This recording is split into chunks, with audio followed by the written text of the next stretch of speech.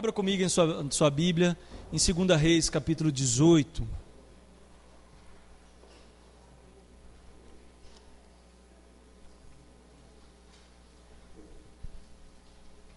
Segunda Reis, capítulo 18.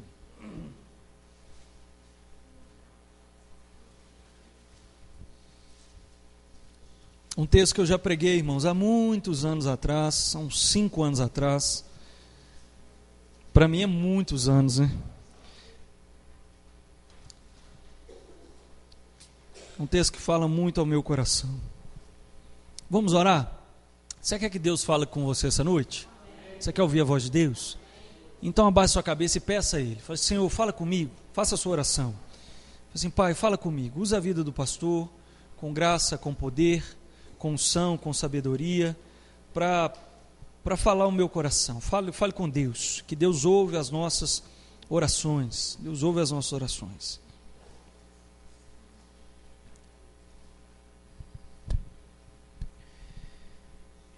Senhor Jesus, nós estamos diante da Tua palavra, Pai.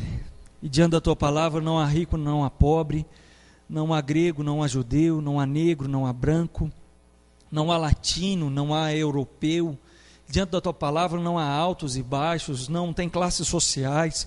Diante da Tua palavra só existe um tipo de pessoa, Pai. Um tipo de pessoa. E esse único tipo é pessoas que carecem da operação sobrenatural do Teu Espírito Santo para aplicar a palavra. Não existe nenhum outro tipo de pessoa. Portanto, Pai, todos aqui estamos carecendo da mesma graça, da mesma dádiva, que o Teu Espírito Santo fale conosco. Que o Teu Espírito Santo, ó Deus, abra o nosso entendimento, que o Teu Espírito Santo abra o nosso coração, que o Teu Espírito Santo trabalhe na nossa vida, para que saiamos aqui, ó Pai, pastoreados verdadeiramente pelo pastor e bispo das nossas almas, que é Cristo Jesus. Fala conosco, Deus, fala o meu coração, fala o coração do Teu povo, Deus, coloque no coração de cada um aqui, Pai, desejo por ouvir a Tua voz. Ó Pai, anseio, anelo, ó Deus, por ouvir, ó Deus, os Teus oráculos, por ouvir, ó Deus, a Tua vontade, por ouvir, ó Pai, a Tua palavra que é viva e eficaz, ó Deus, e que nós, ó Pai, no nome de Jesus, saiamos daqui com a certeza, Pai, mas a certeza no coração de que o Senhor falou conosco.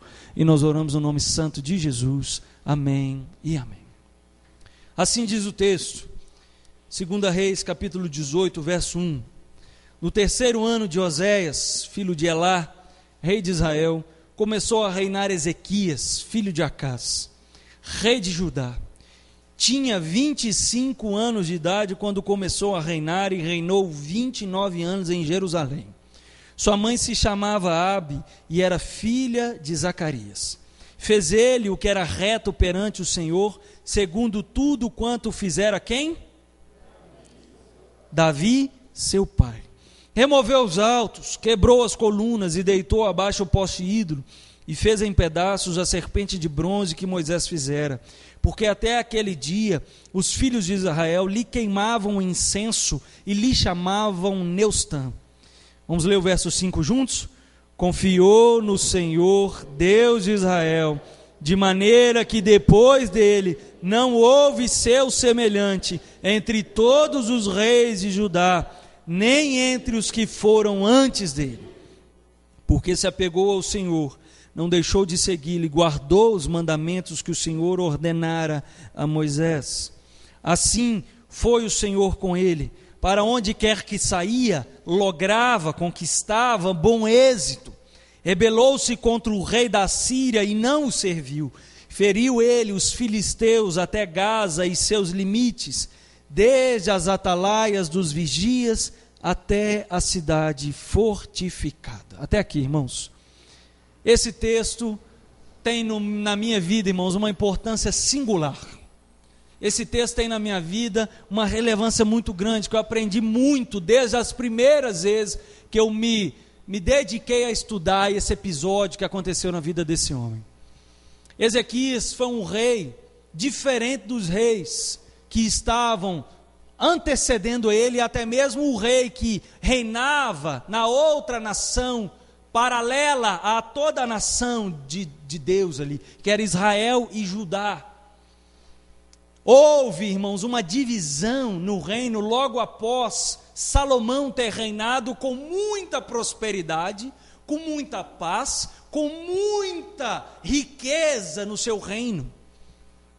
Conta a história, e não só a história, mas o texto bíblico relata para nós que reis de outras nações vinham até Israel para ouvir a sabedoria de Salomão e ouvir os seus provérbios. E eles traziam grandes ofertas, grandes presentes. Mas o reinado de Salomão acaba e há uma divisão do reino. E a partir dessa divisão do reino, tem agora duas nações, daquela que era uma só, Judá e Israel. E essas duas nações, cada uma com o seu respectivo rei. E houve uma sucessão, irmãos, uma sucessão de reis que não andaram na presença do Senhor.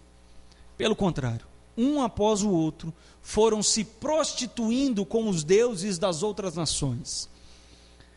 Transformaram o culto a Yahvé numa bagunça. Erigiram, irmãos, postes ídolos é aquele poste de madeira comprido que na ponta é talhada a imagem do ídolo e são oferecidos, várias ofertas ali em adoração àquele ídolo. E a nação de Israel tornou-se um grande centro de idolatria. E Ezequias cresce no meio desse contexto. Cresce exatamente no meio desse contexto. O pai biológico de Ezequias chama-se Acaz. Pensa num cara ruim. Pensou? Pensou na pessoa ruim? Pensou aí? Pastor, misericórdia. Pensa na pessoa ruim, um miserável, um cara assim, ruim, que mata, rouba, que faz um tanto de coisa ruim. Pensou, querido, multiplica por 1000. Era Acaz. O homem era ruim, mas tão ruim, que foi capaz de queimar o próprio filho a um demônio, a Moloque. Ele pegou o filho e queimou em adoração a um demônio. Você imagine, você que tem um irmão querido aí, ver o seu pai queimando o seu irmão vivo, colocado numa bacia e simplesmente ateado fogo, em adoração a um demônio. Ezequias cresce nesse contexto. Ezequias cresce vendo a idolatria em cada esquina. Ezequias cresce vendo a depravação moral, sexual, a depravação política, a depravação religiosa, a depravação em todos os aspectos, queridos. E ele cresce vendo toda essa tragédia na sua nação. Interessante, a despeito de todas essas mazelas no meio do seu povo, Ezequias é um homem diferente. Ezequias é um povo diferente, é um homem no meio de um povo idólatra, é um homem diferente, diferenciado. Ezequias serve a Deus, irmãos, de maneira tal que o texto bíblico, o relato bíblico que acabamos de ler, diz que Ezequias serviu a Deus de tal maneira e que se apegou a Deus de tal maneira, mas de tal maneira que depois dele não houve semelhante. Não houve semelhante. Irmãos, os dias de Ezequias são dias parecidos com os nossos. Repare bem quanta maldade tem no meio da nossa sociedade. Agora virou moda mãe matar os filhos. Virou moda. Fui filar a boia mais uma vez na casa da minha mamãe lá hoje. Tassiana está de plantão, estava de plantão, né, amor? Fui lá, filar a boia. Aí, enquanto o almoço ficava pronto, entrei na internet rapidinho, lá no computador, está lá, mãe suspeita de matar os 2 filhos no Ceará.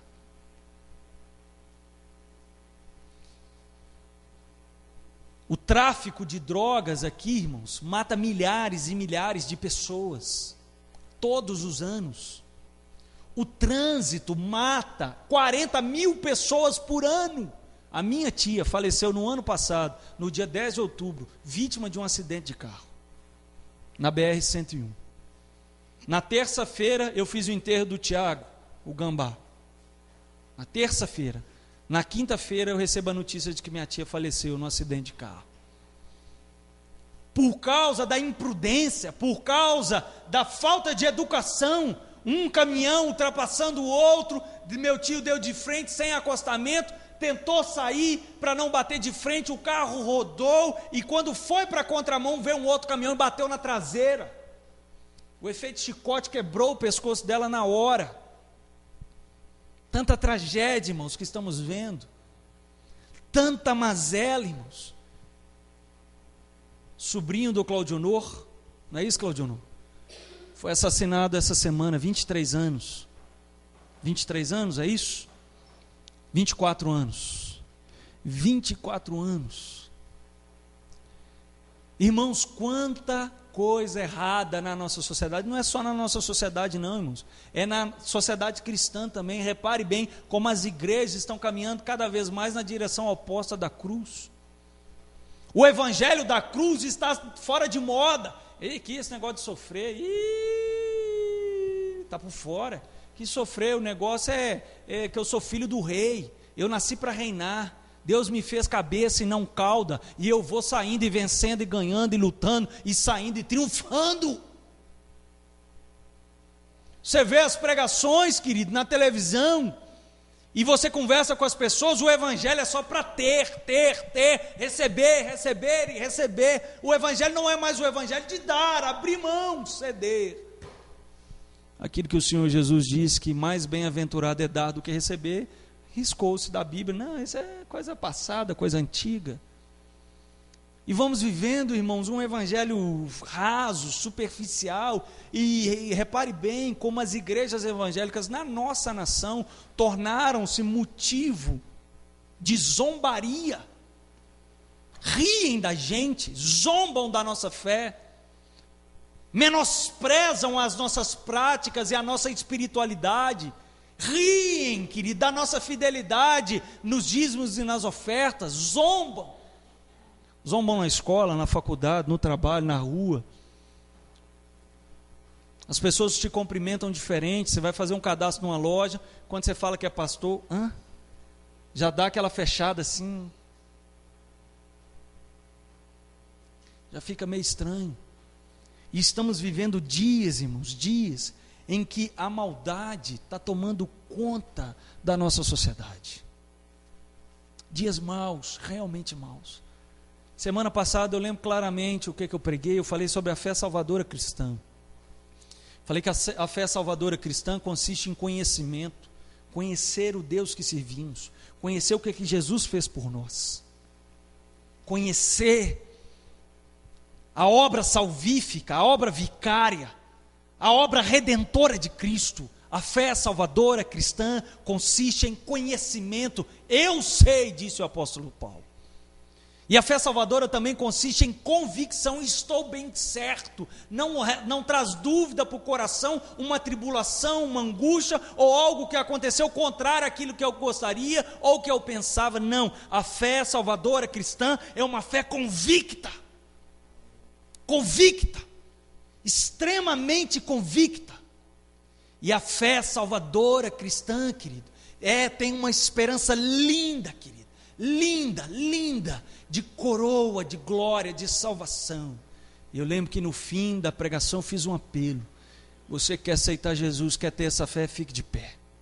Algumas pessoas ficaram de pé, nós oramos. Depois eu fiz outro apelo. Meu irmão, você que está com a fé esmorecida, fique de pé, porque eu quero orar para Deus fortalecer sua fé. Vários irmãos ficaram de pé, nós oramos. Pastor, por que você está lembrando da pregação da semana passada, de hoje? Porque, irmãos, eu falei da fé salvadora na semana passada, a fé cristã, como ela se desenvolve. E agora, irmãos, eu estou falando de uma sociedade caótica. Eu quero falar hoje sobre como viver essa fé salvadora no meio deste povo depravado. Porque às vezes não adianta saber, queridos, simplesmente o que Jesus fez por nós. Temos, irmãos, que a cada dia mais complementar o nosso conhecimento a respeito daquilo que vivemos e daquilo que professamos. E no mesmo jeito que Ezequias sofreu oposição, do mesmo jeito que Ezequias, querido, sofreu aquela oposição ferrenha, teve aqueles adversários dentro da sua própria casa, da mesma forma com que Ezequias cresceu vendo a maldade, da mesma forma com que Ezequias cresceu vendo as coisas ruins, eu e você estamos vivendo esta mesma pressão. A pressão dos jovens para terem relação sexual de maneira desordenada e desembestada. A pressão para que vivam na noite, para que vivam bêbados, trêbados, para lá e para cá.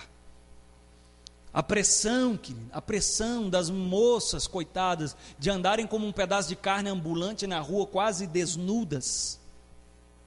A pressão dos jovens para usarem drogas, para serem aceitos. A pressão para beberem cerveja, porque senão são caretas, para fumarem um baseado. A pressão na empresa, querido, para dar uma nota fria, para sonegar um imposto, para obter um lucro maior, ou até mesmo ter um lucro qualquer, porque talvez essas coisas estão difíceis.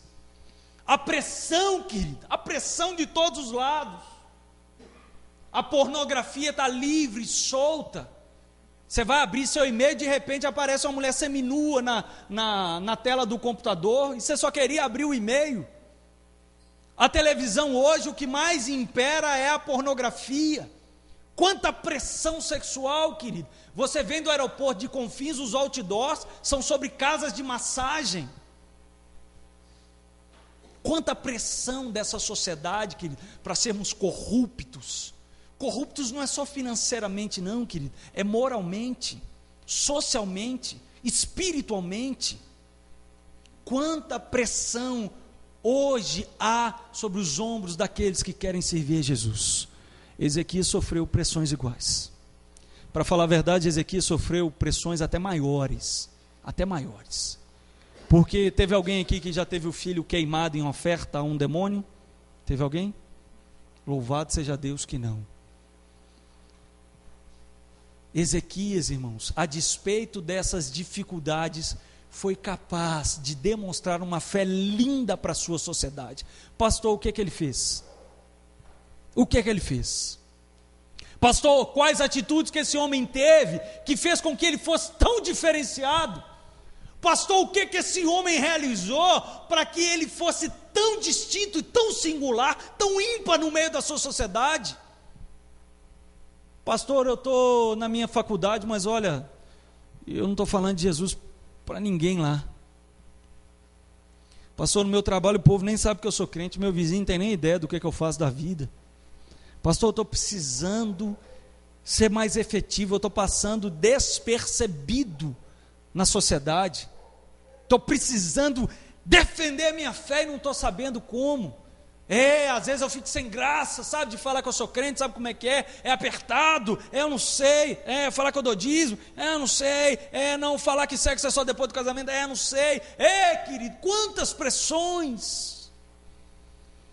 E Ezequias conseguiu, a despeito das pressões, a despeito da quase coação da sociedade, que era uma sociedade hipócrita e depravada, porque era para ser uma sociedade que buscava Deus, a despeito disso, Ezequias consegue ser um homem diferenciado. Em primeiro lugar, irmãos, o que Ezequias fez foi algo muito simples, está no verso 3, leia comigo, preste atenção. Fez ele o que era reto perante o Senhor, segundo tudo quanto fizera, quem? Davi, seu pai. A primeira coisa que Ezequias fez, irmãos, foi algo muito simples, mas que nós estamos pecando na simplicidade. Embora o pai biológico de Ezequias fosse Acás, embora aquele que realizou o ato com a mãe para que houvesse a concepção de Ezequias, ele não tinha Acás como seu pai. Ele não tinha Acás como seu modelo, ele não tinha Acás como seu paradigma, ele não tinha Acás como aquele fiel da balança que ia mostrar o que fazer ou o que não fazer. Ezequias tinha em Davi o seu modelo. E está aqui a primeira atitude, irmãos, que esse homem teve e que fez toda a diferença. fez toda a diferença na vida desse moço, com 25 anos, designado para reinar uma nação. Quem aqui tem 25 anos? Zé Carlos? 26, né, Zé Carlos? Quase. 25? Laísa. Imagine você, Laísa, aos 25 anos, sendo declarada a rainha do Brasil. Não é presidenta, não, porque presidente não manda quase nada. É rainha, aquela que manda matar e manda viver. Se é que tem jeito de mandar viver, né? Não sei se tem jeito de mandar viver. Mas que deixa viver ou manda matar, né? Talvez melhor assim. Deixa viver ou manda matar. Imagine a responsabilidade. E tendo como um fantasma na sua vida o retrospecto dos outros reis, pessoas que andaram de maneira promíscua e depravada diante de Deus e diante dos homens. É como se a Laís olhasse para trás, para os seus antecessores e dissesse assim: eu não quero seguir o que eles fizeram, eu vou seguir Davi, eu vou fazer o que Davi fez. Primeira coisa, primeira atitude desse homem, ele escolheu seguir os modelos corretos. Ele escolheu seguir os modelos corretos. E como, irmãos, isso tem nos faltado? Como isso está ausente na nossa vida, irmãos? Seguir os modelos corretos, nos espelhar nas pessoas que estão caminhando na presença de Jesus. Às vezes dentro da igreja, o jovem sofre um cerceamento, o jovem sofre um bullying, né? Inventaram essa bobagem agora de bullying, mas ele sofre um bullying espiritual. É espiritual sim, só que vem do inferno e não do céu. Não deixa de ser espiritual, mas quem produz esse bullying é o demônio na vida do outro. Não vão na igreja não, cara. Vão para tal lugar.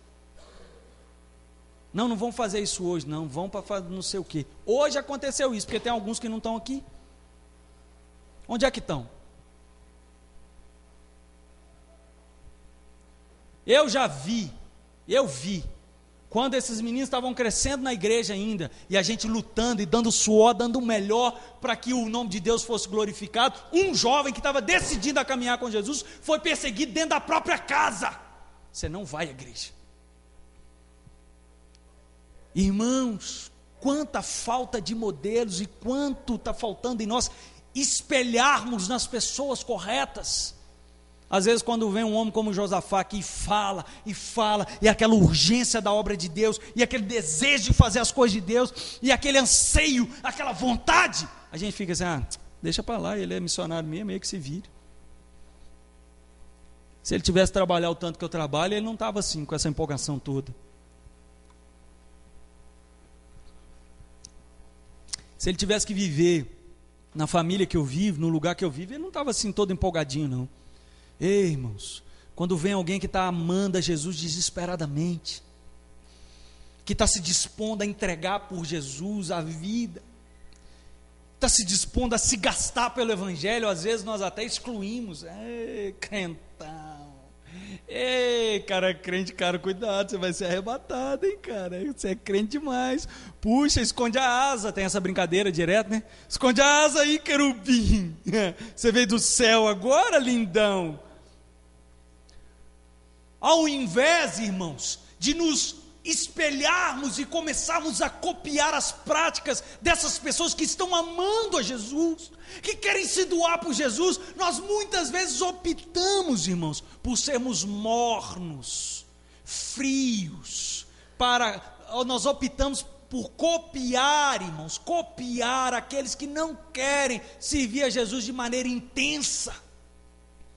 E vamos levando e vamos nos espelhando naqueles que não têm desafios, naqueles que não querem conquistar mais coisas, naqueles que não querem se doar, naqueles que não querem viver a morte aqui nessa vida, para que possam viver a vida com Cristo.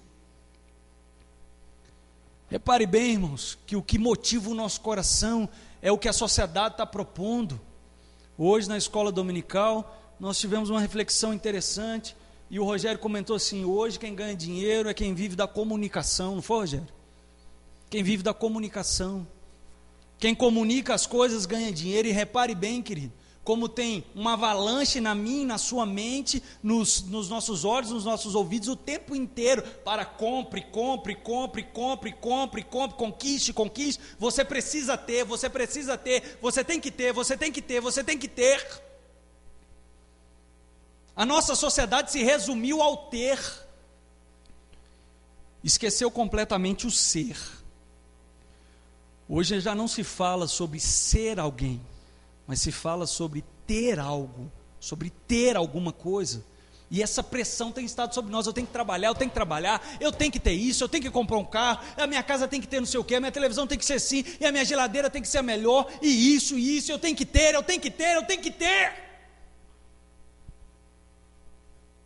E vamos, irmãos, sendo quase que empurrados por essa mentalidade. Nós vamos coagidos, vamos quase que... Esqueci a palavra. Estava no clímax aqui, esqueci a palavra, olha que orei que eu sou.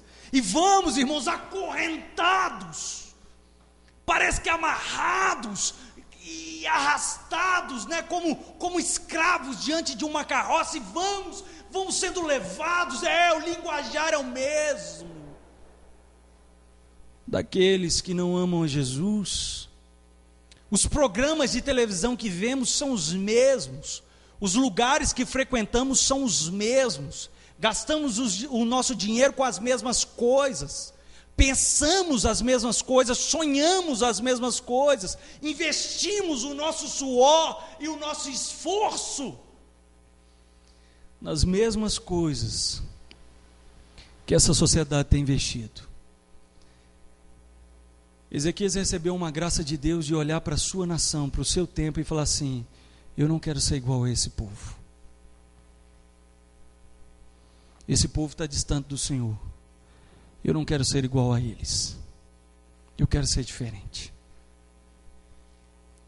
E ele é como se fizesse uma reflexão, e como se ele olhasse para trás e falasse assim: eu vou olhar para trás na história, eu vou ver se eu acho alguém que andou na presença de Deus, que eu quero me espelhar em alguém desse tipo. E ele vai olhando o retrospecto de um rei, outro rei, e mais outro rei, e mais outro rei, até chegar em Davi, um homem segundo o coração de Deus. E quando ele chega em Davi, ele diz: esse é o meu pai, é nesse homem que eu vou me espelhar, eu vou copiar as atitudes que ele teve, eu vou ter as escolhas que ele teve, eu vou querer pensar e agir como ele pensou e agiu, eu quero fazer aquilo que ele fez. Irmãos, estamos andando meio que no automático, estamos copiando as coisas, irmãos, sem perceber. E eu falei que ia comentar aqui das crianças, vocês viram a Nina? Ouviram que ela orou? Papai do céu, abençoa o Arthur. Está atenta, prestando atenção em tudo. Estão copiando, querido, o que nós estamos fazendo e o que eu e você estamos demonstrando para essa geração que está nos sucedendo. Dentro do primeiro ponto tem 2 pontos. Primeiro, a gente escolher seguir os bons exemplos. Você não precisa ser igual aos meninos da sua rua, nem da sua escola, e nem as meninas talvez da própria família. Você não precisa ser igual o crente que talvez está do seu lado, que é carnal, que é linguarudo, que está precisando passar o batom de crente, que é super bonder, né? Batom de crente, super bonder na boca. Você não precisa copiá-los, você tem que copiar aquilo que é bom. Copiar aquilo que é bom. Você não precisa copiar, querido, o descompromisso, o desmazelo.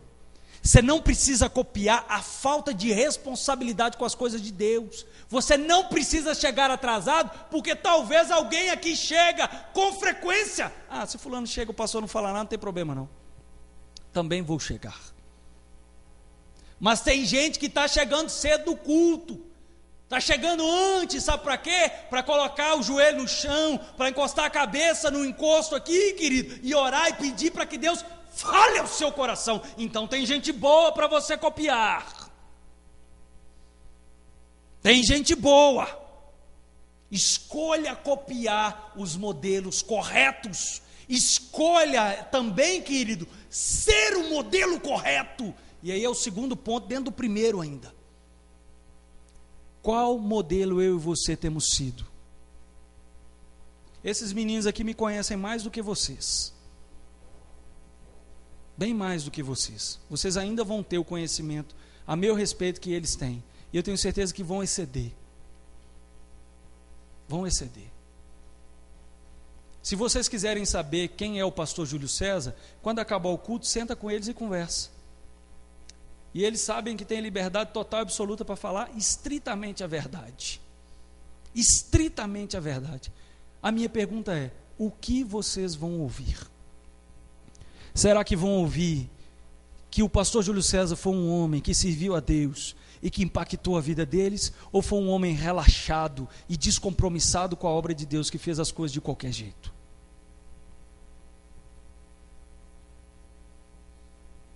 Essa reflexão que eu faço para a minha vida, querido, todo crente precisa necessariamente fazer. Qual é o modelo que eu tenho sido?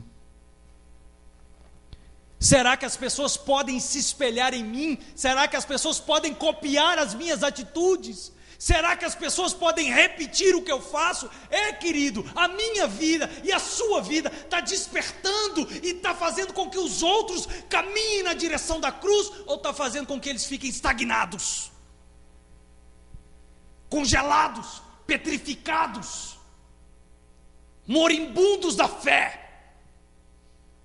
O que as pessoas têm visto quando olham para mim e para você? Ezequias, querido, não só escolheu seguir os modelos corretos, como ele também quis ser um modelo correto. Ele quis inspirar as pessoas a caminharem na presença do Senhor. E aí, querido, vem o segundo ponto do sermão. O segundo ponto. Se no primeiro ponto ele escolheu seguir o modelo correto, no segundo ponto ele vai fazer isso aqui, ó. Verso 4. Removeu os altos, quebrou as colunas e deitou abaixo o poste ídolo, e fez em pedaços a serpente de bronze que Moisés fizera, porque até aquele dia os filhos de Israel lhes queimavam incenso e lhe chamavam Neustã.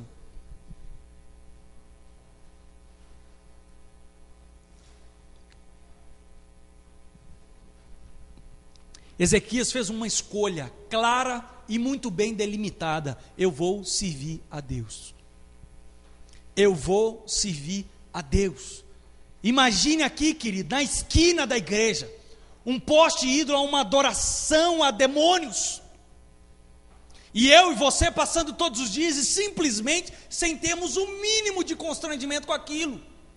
Sendo que a nossa nação inteira é uma nação cristã, não tem outra religião a não ser a nação cristã. É esse o contexto de Ezequias, crescendo e vendo aquele povo, passando de esquina em esquina, um poste ídolo, e ele vai e anda, e outro poste, e uma adoração a um ídolo aqui, e outro ali, e não sei o que. Ele cresceu assim, querido.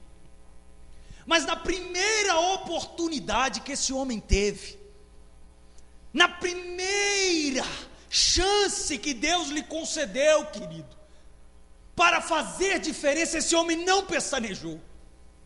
Esse homem não pestanejou. Ezequias, eu creio que ele deve ter pego uma motosserra daquela bem forte daquela época, uma motosserra espetacular, irmão, e saiu cortando aqueles postes ídolos todos, jogou tudo no chão. Ezequias, irmãos, teve uma coragem que nem Davi teve. Repare bem, que ele não só copia, mas ele vai além de Davi. Essa serpente de bronze aqui, que está relatada no texto, é aquela, me perdoem, é aquela serpente de bronze que Moisés levantou no deserto e que trouxe a salvação por causa dos pecados do povo. Pela milésima vez o povo pecou, pela milésima vez Deus estava perdoando e mandou serpentes para picar o povo. E Deus falou com Moisés: faz uma serpente de bronze e ergue, quem olhar para a serpente vai ser salvo. O povo guardou essa serpente e estava adorando e prestando culto a essa imagem. E isso passou por Davi, passou por Salomão, passou por Jeroboão na divisão do reino e mais vários outros reis, mais de 300, 400, 500 anos que aquilo estava no meio da sociedade. Ezequias pega essa serpente de bronze e simplesmente a despedaça. Passou, qual que é a segunda atitude de Ezequias? Ezequias tirou da sua vida qualquer coisa que não glorificava a Deus. Quem sabe, querido, você na semana passada ficou de pé aqui: Senhor, aquece a minha fé, aquece a minha fé, Senhor, aquece a minha fé, eu estou precisando dessa fé. Então deixa eu te dizer uma coisa, meu irmão, se não remover da vida aquelas, sabe, aqueles quartinhos escuros, aqueles quartos obscuros do coração, mais dia ou menos dia vai cair de novo. Ezequias sabia muito bem que o coração dele era um coração desesperadamente corrupto e enganoso, como de qualquer outra pessoa. E para ele não incorrer no risco, para ele não incorrer no erro dos seus reis antecessores, daqueles que o antecederam, Ezequias vai lá e despedaça tudo. Para não haver possibilidade de cair, para não haver possibilidade de errar, para não haver chance de fazer as coisas erradas, Ezequias vai lá e tira tudo. E para isso ele não mede esforços, para isso ele não tem medo, para isso ele não tem receio e nem está preocupado com a cultura daquele povo. Ezequias não estava preocupado se o povo ia gostar, se não ia gostar. Ezequias não estava preocupado se aquilo lá ia dar um bafafá e um burburinho, e se gente ia querer se rebelar contra ele, se gente ia querer, quem sabe ir até para o exército inimigo para lutar contra ele. Ezequias não estava nem um pouco preocupado com aquilo. Ezequias queria servir a Deus de maneira íntegra e verdadeira, e ele foi lá e tirou as coisas da vida dele que atrapalhavam. O que está aí na minha e na sua vida, querido, que a gente está precisando consertar? O que está na minha e na sua vida que a gente está precisando remover? São os canais de televisão que tem visto?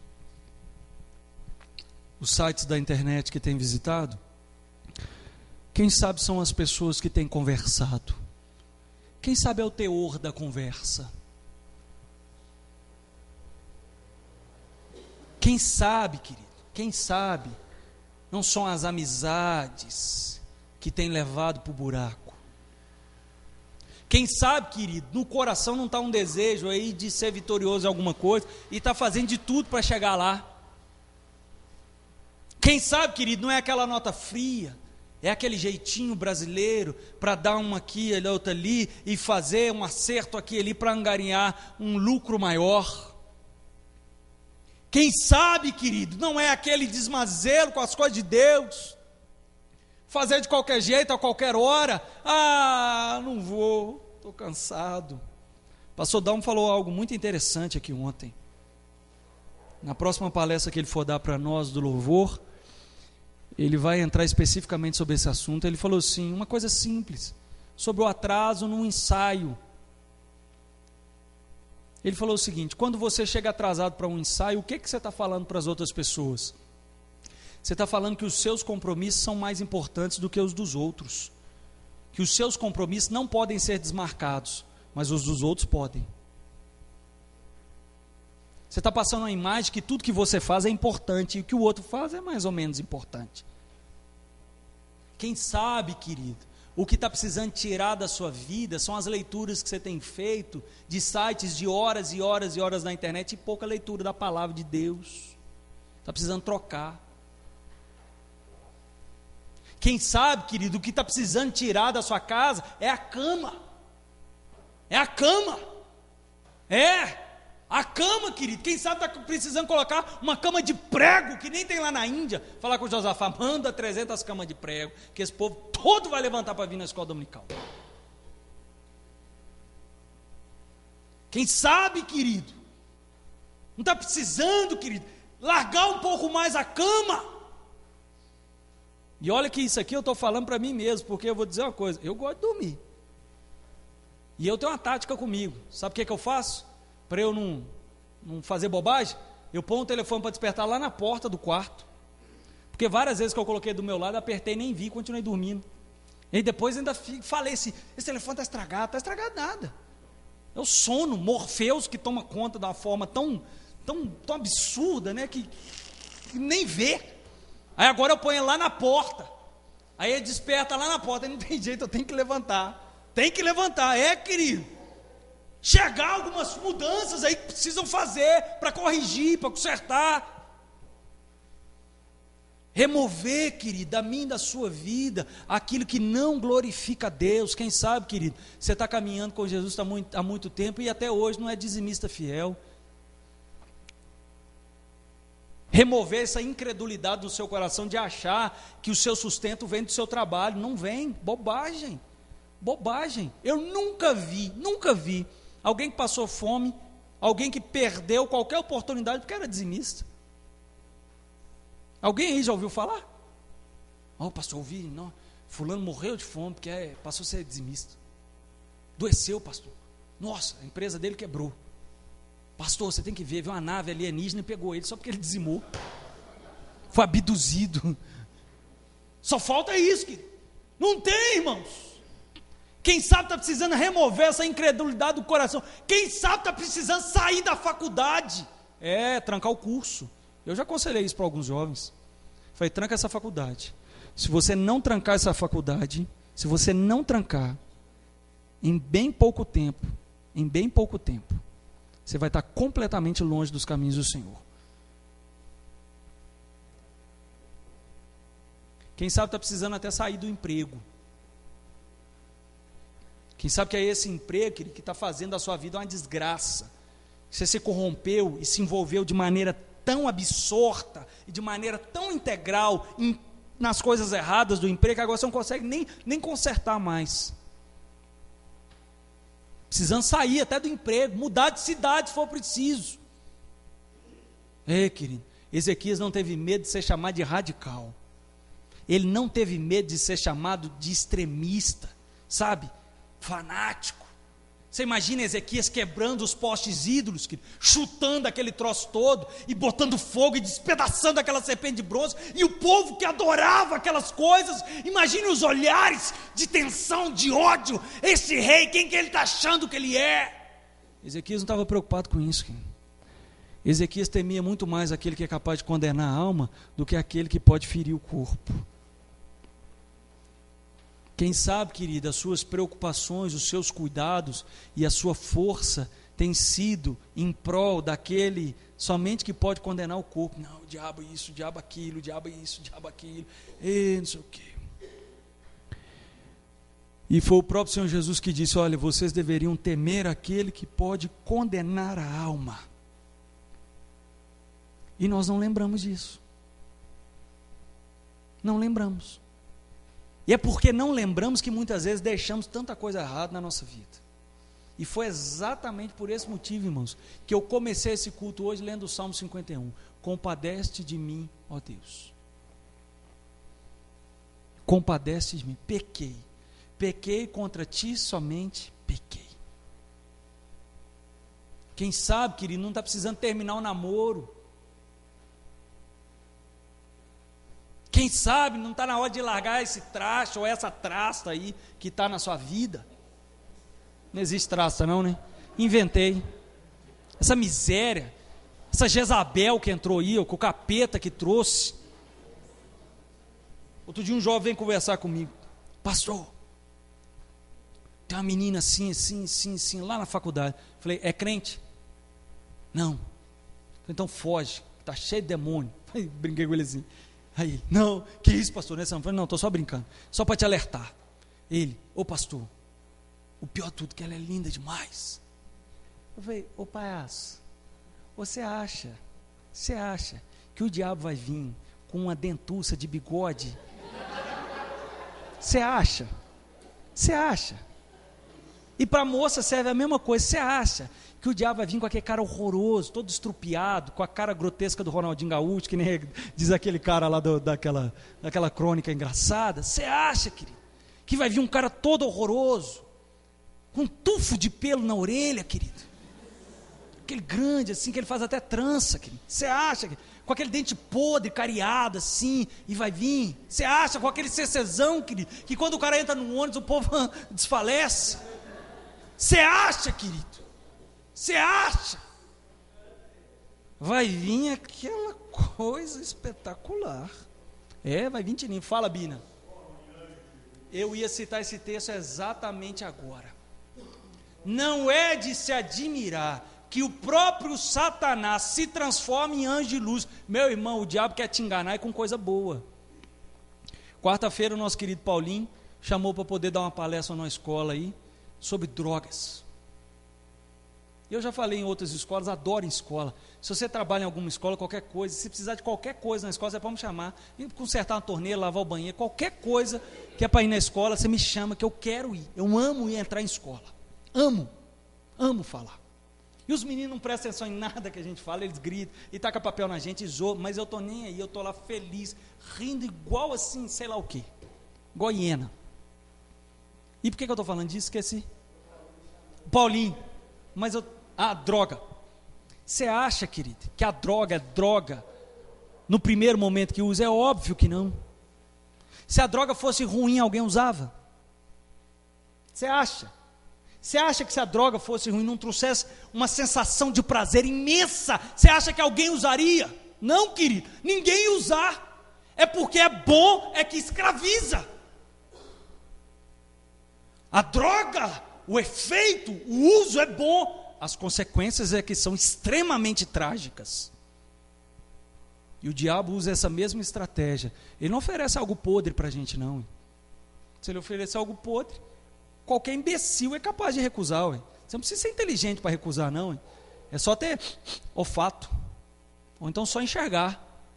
Ei, querido, ele vem travestido de anjo de luz. Não, é só uma notinha fria, não tem problema não, senhor. Não, isso aqui não tem, dá nada não. Ezequias, querido, sabia que se ele tivesse uma brechinha minúscula, mas daquelas assim, ínfima, do tamanho de um olho do mosquito no reino dele, que pudesse remeter à idolatria, que pudesse remeter àquilo que não glorifica a Deus, ele sabia que no momento de dificuldade, no momento de aperto, ele poderia deslizar naquela direção. E repare bem, em duas circunstâncias nós deslizamos. Primeiro, estamos extremamente frustrados. Empreendemos algo e não deu certo. A gente tende a deslizar naqueles mesmos erros. Segunda coisa, estamos extremamente tristes com uma oposição, estamos tristes com uma perseguição, estamos tristes com uma dificuldade muito grande, estamos tristes, estamos sem força, estamos sem vontade e sem garra para lutar, tendemos a escorregar naquela mesma direção. O que Ezequias fez? Para na hora que ele ficasse triste, ou para na hora que ele se frustrasse, ele não ter para onde correr, ele foi lá e destruiu tudo. Corta a amizade. Corta essa amizade.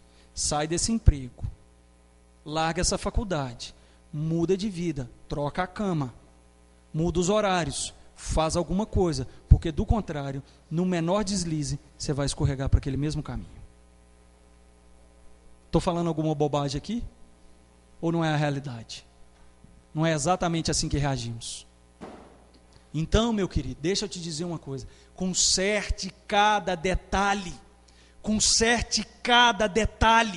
Porque do contrário, no menor momento de tristeza ou de frustração, certamente deslizaremos naquela direção. É por isso que Ezequias foi lá e removeu tudo. Removeu os altos, removeu os postes ídolos, foi lá e destruiu a serpente de bronze, para não deixar nada, absolutamente nada. Quer caminhar com Jesus, querido? Quer fazer as coisas certas, da maneira certa? Quer glorificar a Deus? Remove da sua vida aquilo que pode te fazer escorregar. Remove. Mas tem outra coisa que Ezequias fez que foi lindo, irmãos. Lindo, lindo. Alguém leia para mim o verso 5.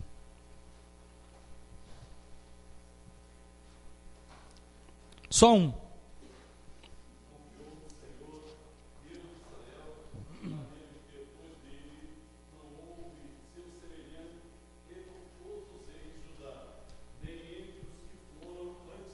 Ei, irmãos, a partir do momento que você decidir, que você optar deliberadamente por seguir o modelo correto, por ser o modelo correto, e na hora que você optar por fazer as coisas certas, remover da sua vida aquilo que não glorifica a Deus, e você pode ter certeza, meu irmão, anote isso, você vai comprar uma briga grande,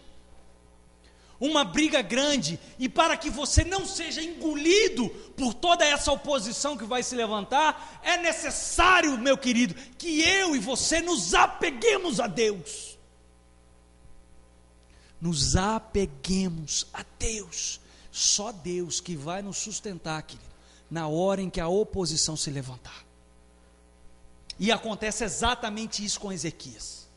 Ele remove os postes ídolos, despedaça a serpente de bronze e fala assim: agora o culto aqui é só Yahvé, só o Senhor, ninguém mais vai cultuar nenhuma outra divindade, nenhuma outra falsa divindade, aqui vai cultuar só o Senhor. E querido, a oposição começou a se levantar e veio uma grande perseguição na vida dele, e foi, sabe de quem, querido? De uma nação infinitamente maior do que a nação próprio Israel.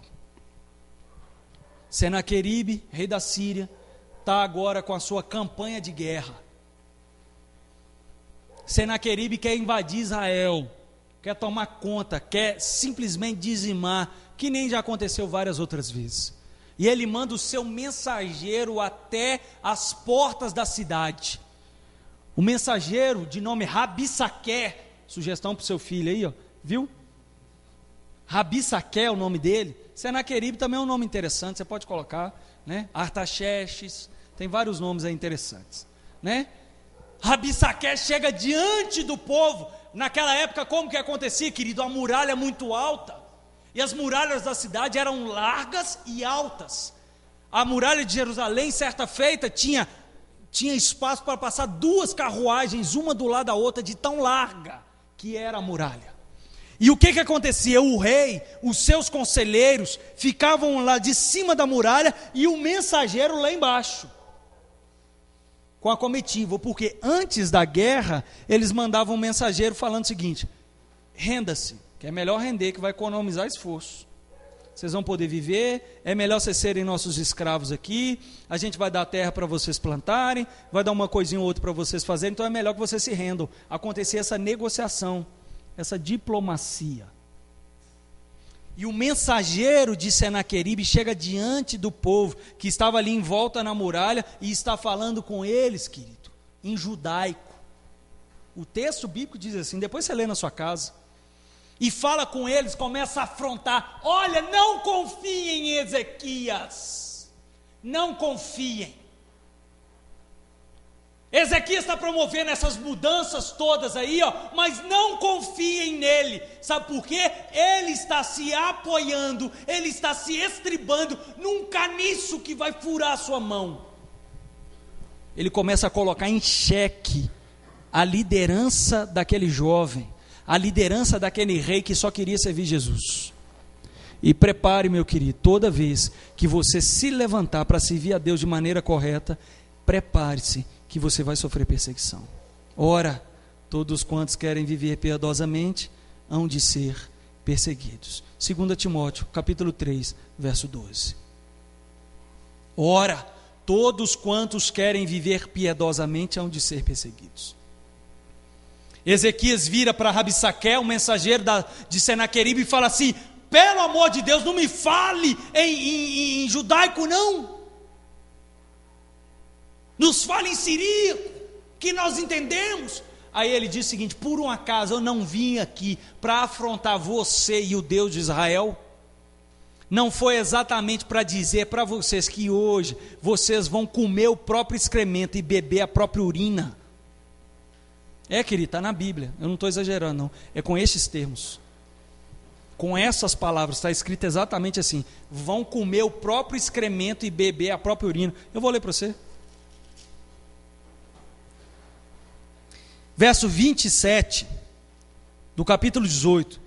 Mas Rabissaque lhes respondeu: mandou-me a casa o meu senhor para dizer-te essas palavras a ti somente, a teu senhor, e não antes aos homens que estão sentados sobre as muralhas, para que comam convosco o seu próprio excremento e bebam a própria urina? Olha a afronta e a humilhação que esse homem passa, querido. Olha o ultraje que agora ele está sofrendo, porque resolveu firmemente não se contaminar com as finas iguarias do rei. Que nem Daniel, vai para a fornalha, vai morrer, exatamente, vai para a cova dos leões, vai ser decapitado, vai ser queimado vivo, que nem vários outros irmãos passaram. Interessante a atitude de Ezequias, irmãos. Eu já falei especificamente desse trecho aqui. Falei que se eu fosse Ezequias, eu pegava um arco e flecha e tacava uma flecha no olho desse Rabissaque, para atravessar e sair cá atrás nele, de tão folgado que ele é. Sabe o que Ezequias faz? Nada. Nada. Ezequias não fica batendo boca com ele. Ezequias não fica discutindo. Você não pode falar isso comigo, não sei o quê. Só serve Deus Altíssimo. Nada. Antes mesmo de Jesus falar que quando viesse um ladrão para roubar a túnica era para a gente entregar, antes mesmo de Jesus falar que aquele que batesse num lado da face que era para a gente dar o outro, antes mesmo de Jesus falar tudo isso, Ezequias simplesmente deixa com que aquela afronta, Deus desse o pagamento. Sabe o que Ezequias faz? Sai humilhado, sim, sai desprezado, sim, mas vai para o seu quarto, põe o joelho no chão, ora e fala o seguinte: Senhor, o Senhor ouviu aquela afronta? Aquela afronta foi contra o Senhor. Aquele homem falou aquelas coisas horrorosas, mas ele não falou contra mim, apesar de ter dito para mim. Ele falou foi contra o Senhor. Ele falou foi contra a santidade do Senhor. E queridos, quando Ezequias ora desse jeito, Deus fala com ele: fica tranquilo, pode ficar na paz, e diga ao povo que essa guerra é minha. E aí quem vem, querido, em defesa do povo de Israel, não é o exército de Israel, nem Ezequias. Quem vem em defesa do povo de Israel é o Senhor dos exércitos, é aquele que reina e governa, é aquele que cavalga um cavalo branco, querido, e que no seu manto e na sua coxa estão escritos: Senhor do Senhor, Rei dos Reis. É esse que vem em defesa, querido, daquele que quer servi-lo de maneira íntegra e correta. Quem você quer que te defenda, querido? Você e as suas habilidades, ou você quer que o Senhor dos Exércitos, o Senhor dos Exércitos te defenda? No dia que você optar por escolher os modelos corretos, no dia que você optar por remover as coisas erradas da sua vida, prepare-se que a perseguição vai se levantar. Mas aguarde o livramento do Todo-Poderoso, aquele que era, que é e que há de vir. Ele vai vir em meu e em seu socorro. Ele vai vir. E nós estamos desfrutando pouco, querido, desse poder sobrenatural de Deus. Estamos nos debatendo, estamos nos sacudindo para lá e para cá, querido, por causa das nossas próprias coisas e por causa das nossas preocupações, e vivemos em função de nos defender. E temos que nos defender mesmo, porque Deus não está nessa história que muitas vezes nós estamos empreendendo ou que estamos escrevendo.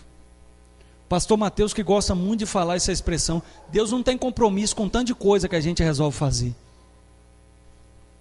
Deus não tem compromisso.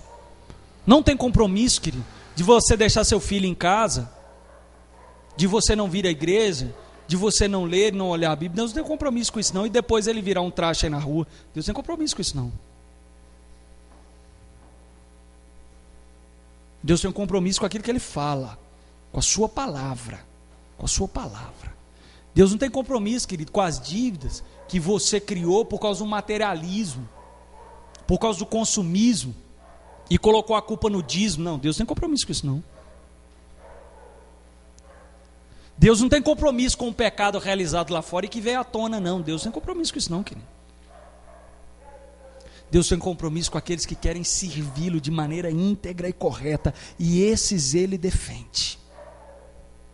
Esses Ele toma à frente, e ai daquele que tocar naquele que o Senhor comprou com seu sangue. Ai daquele, querido, ai daquele que intentar acusação contra os eleitos de Deus.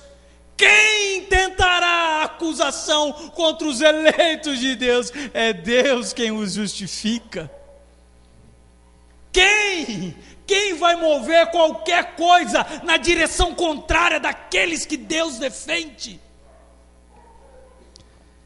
Meu querido, nós estamos precisando, irmãos, nos apegar mais ao Senhor, para sermos defendidos por Ele. Defendidos por Ele.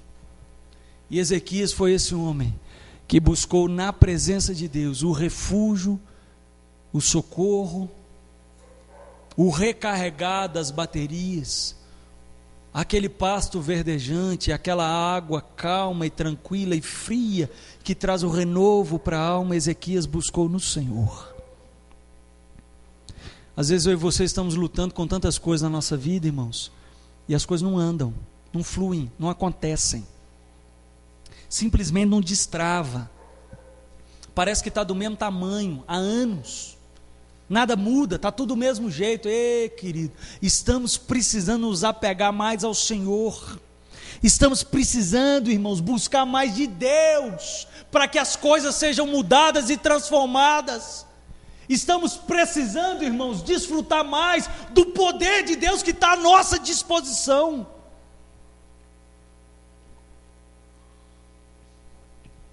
Mas muitas vezes estamos preocupados demais em resolver os próprios problemas que criamos, e aí não vamos diante daquele que é capaz de desatar qualquer nó, de abrir qualquer porta, de fechar qualquer outra, de curar qualquer doença, de abençoar rica e poderosamente qualquer um. Estamos precisando, irmãos, tomar uma postura mais enérgica. Jesus foi totalmente enérgico, querido, totalmente enérgico com aquele que ia contra a palavra de Deus. Algumas pessoas acham que Jesus foi até bruto, grosso, estúpido, na hora que ele chuta as barracas daquelas pessoas que vendiam coisas no templo. Não tinha problema as pessoas vender as coisas lá no templo. O problema não era esse, porque muitos viajantes vinham de outras cidades e precisavam de uma pomba, precisavam de alguma oferta para oferecer a Deus. Então tinha que ter gente lá especificamente para isso. O problema que Jesus estava combatendo é que o templo deixou de ter sentido, e o que passou a ter sentido foi só o comércio. O comércio tornou-se mais importante do que o culto. É por isso que Jesus chegou e chutou tudo, e bateu o chicote e falou assim: sai daqui. E nós estamos precisando ter uma atitude enérgica, sim, querido, com essa sociedade que está depravada e que quer votar agora o aborto.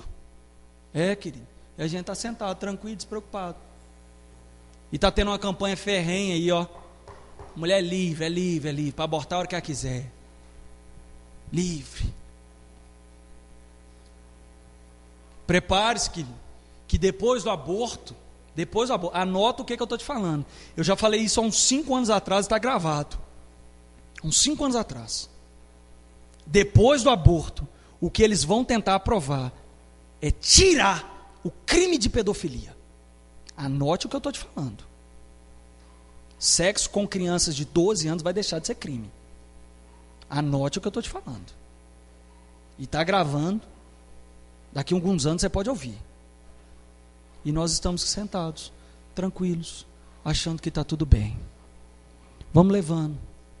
A gente preocupa mais em trabalhar para nós mesmos do que para o Senhor. Nós precisamos acordar, irmãos. Precisamos acordar. Seguir os bons exemplos. Seguir gente compromissada com Jesus. A pessoa que não é compromissada com Jesus, deixa ela de lado.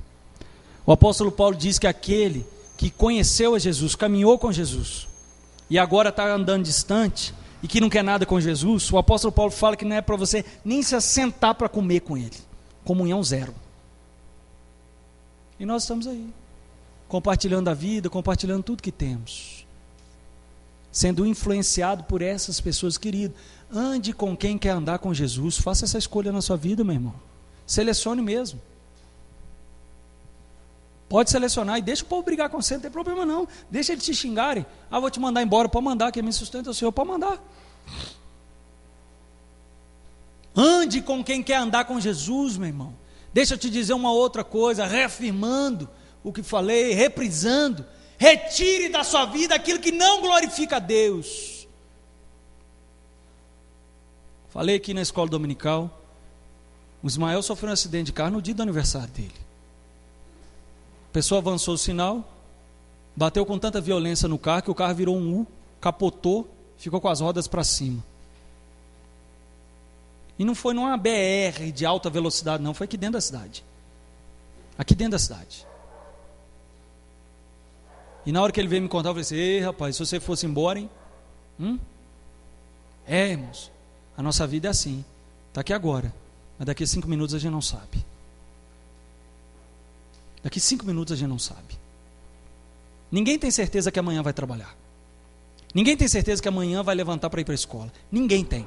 Ninguém tem. Ninguém sabe. Ninguém nem sabe se vai chegar em casa. A gente espera, mas não temos certeza. Precisamos remover da nossa vida aquilo que não glorifica a Deus, querido. Quer dizer que nós vamos perder a salvação? Não estou pregando isso, não tem nada a ver. Não tem nada a ver. Não tem nada a ver. Mas que nós precisamos consertar aquilo que precisa ser consertado. E prepare-se, meu irmão, na hora que você se decidir firmemente, prepare, porque o que te espera é boca de leão. O que te espera é fornalha quente, 7 vezes mais quente do que a normal. É o que te espera. Não vai achando que agora porque você quer servir Jesus, cara, Mateus, que legal, você quer servir Jesus, Deus te abençoe, cara, só você é atleticano que não, mas tudo bem. Não pense, querido, que você vai ouvir isso. Você vai ouvir é repreensão, você vai ouvir é oposição, você vai angariar mais e mais adversários. Mas olha, se apegue ao Senhor, que a palavra de esperança de hoje é que Ele quer nos defender, Ele quer ir à nossa frente, Ele quer ir à sua frente na sua família, meu irmão. Sabe onde você não está conseguindo ir? Ele quer ir à sua frente. Ele quer ir à sua frente no seu trabalho, querido, onde as coisas não estão acontecendo, Ele quer ir. Ele quer ir à sua frente aqui na igreja, querido, onde as coisas parecem que talvez não estejam fluindo. Deus quer estar à nossa frente, Deus quer ir à nossa frente, meu irmão. E nós precisamos acertar os ponteiros de maneira correta e andar de uma maneira que glorifique o nome do Senhor. Amém? Vamos ficar de pé para a gente orar.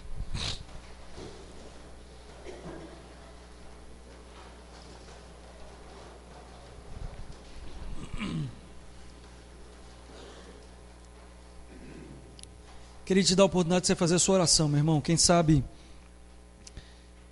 Deus falou com você para remover algumas coisas aí.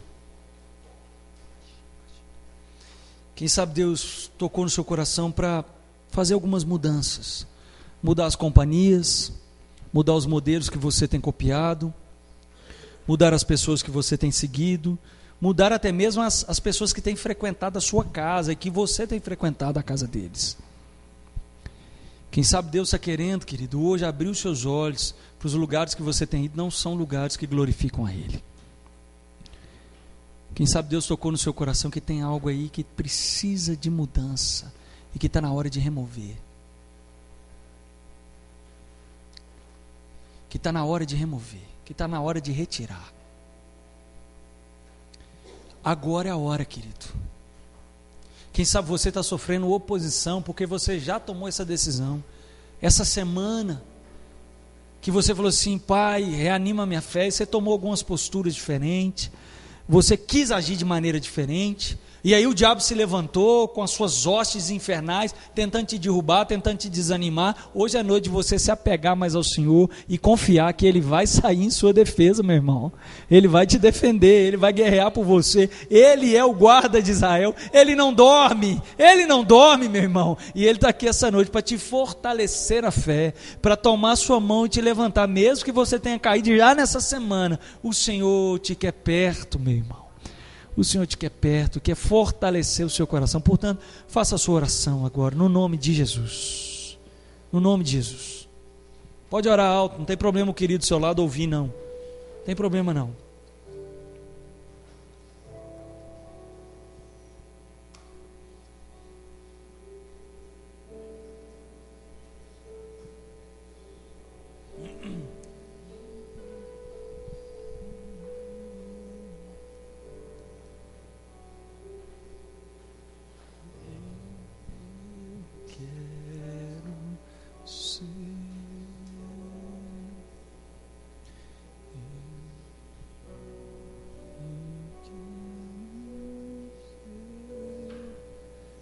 Senhor, Pai, ouve a oração do teu povo que está clamando pelo milagre do Senhor na vida, Pai. Está clamando por milagre para enxergar que está seguindo os modelos errados. Está clamando para poder enxergar que às vezes está sendo o modelo errado. O Pai está clamando para ter força para remover aquilo que não dá conta, que já tentou e não conseguiu. Senhor, nos dê esse ímpeto que Ezequias teve. Nos dê, Pai, essa coragem, essa fibra, ó Deus, essa determinação desse moço. Ó Pai, que eu tenho certeza que ele não fez isso sozinho, ele não fez isso por ele não fez isso do coração dele, ele fez por causa da graça e da misericórdia do Senhor, e essa mesma graça está disponível para mim e para os meus irmãos essa noite. E eu te peço que no nome de Jesus, o Senhor inunde o nosso coração com essa graça, Pai. Nos dê força para remover aquilo que precisa ser removido, para termos atitude, ó Deus, atitude enérgica, o quanto for necessário, para corrigirmos o que precisa, Pai, e fazer o teu nome glorificado em toda e qualquer circunstância.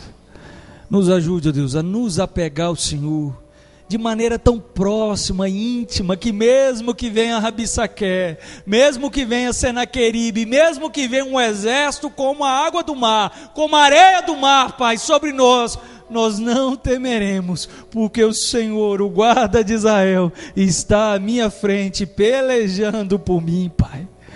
Oh, Pai, dê graça, segurança, tranquilidade ao teu povo, para que eles, oh Pai, descansem na tua proteção, descansem no teu cuidado, descansem na tua ação sobrenatural, e que cada um de nós, ó Pai, descanse, que o Senhor virá, e que nós possamos dizer, como Jó disse: eu sei que o meu Redentor vive, e que por certo se levantará.